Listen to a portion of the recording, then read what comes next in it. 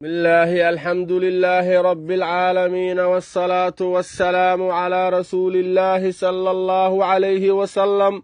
اللهم علمنا ما ينفعنا وانفعنا بما علمتنا وزدنا علما.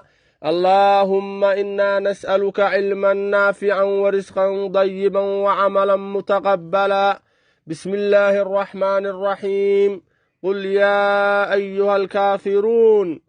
بسم الله إلهي مجعيس أيانكو بالله يا سورة دان الله سو الرحمن نحريس قد نحريستا الله سو الرحيم نحريستا خاصا نحريستا.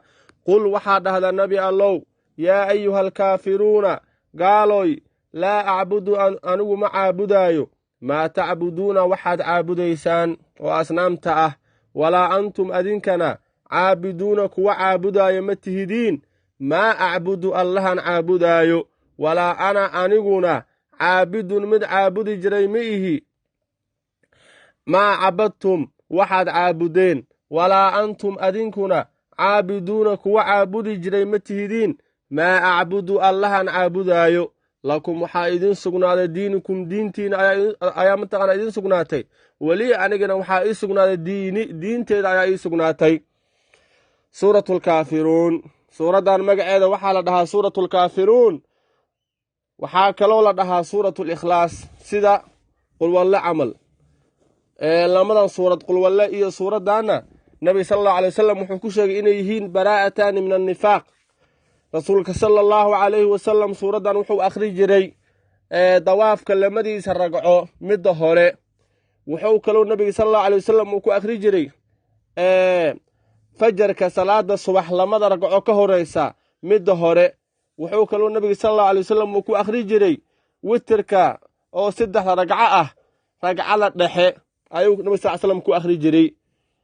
iyo ta'adulu qurubuul qur'aan nabiga sallallahu alayhi wasallam wuxuu noo sheegay inay u dhiganto suuradan qur'aanka hadii 4 loo dhigo inay u dhiganto mid qayb kamid ah. suuradan waa makiyo aayaadkeeduna waa 6 aayad. tartiibkeeda qur'aanka markii kor laga soo tiriyana waa 109 ay soo galaysaa. suuradan amar ayay ku bilaabatay qul yaa ayuhal kaafiruun waxaa ku dhahdaa gaalooy. gaaladaas la sheegayna kuwii hore bis ma ahan mutaqadimihim wa mutaakhirihim waxaa soo gelaya kuwii hore oo waqtiga nebiga noolay iyo kuwii dambabo zamanka nebiga kuwii noolay iyo kuwii zamanka nool iyo kuwa zamanka soo socda noolaa doono.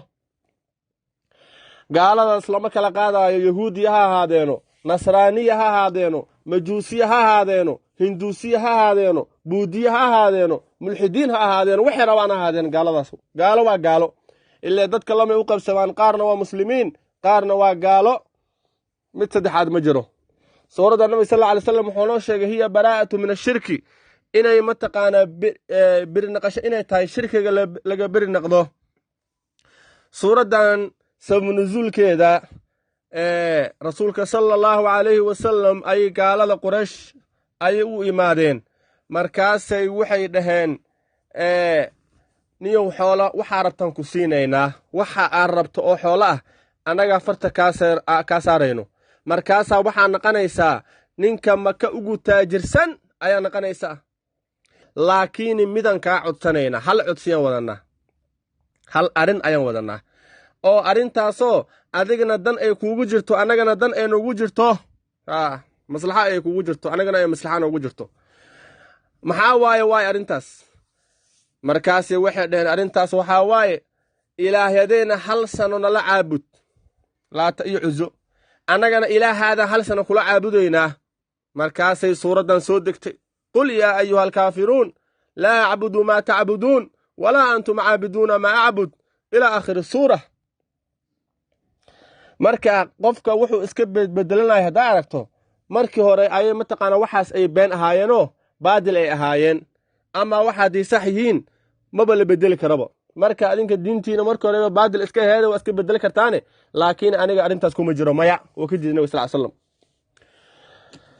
qul waxaa dhahdaa bismillahi raxmaan raxiim qul waxaa dhahdaa nabi allow yaa ayuhal kaafiruuna gaalow laa acbudu anigu ma caabudaayo maa tacbuduuna waxaad caabudaysaan walaa antum adinkuna caabiduuna kuwa caabudaayo ma tihidiin maa acbudu allahan caabudaayo walaa ana aniguna caabidun mid caabudi jira ma ihi maa cabadtum waxaa caabudeen oo caabudaysaan walaa antum adinkana caabiduuna kuwa caabudi jiray ma tihidiin maa acbudu allahna caabudaayo lakum waxaa idin sugnaaday diinukum diintiina waliya anigana waxaa ii sugnaaday diinteeda ii sugnaatay diin kale ma jirta macnaha diintiina iyo dhaqan xumadiina iskaga socda waxa idinku dhaca waa arki doontaan laga wadaa macnaha hada wabillahi tawfiiq wassalaamu calaykum waraxmatullaahi wabarakaatuhu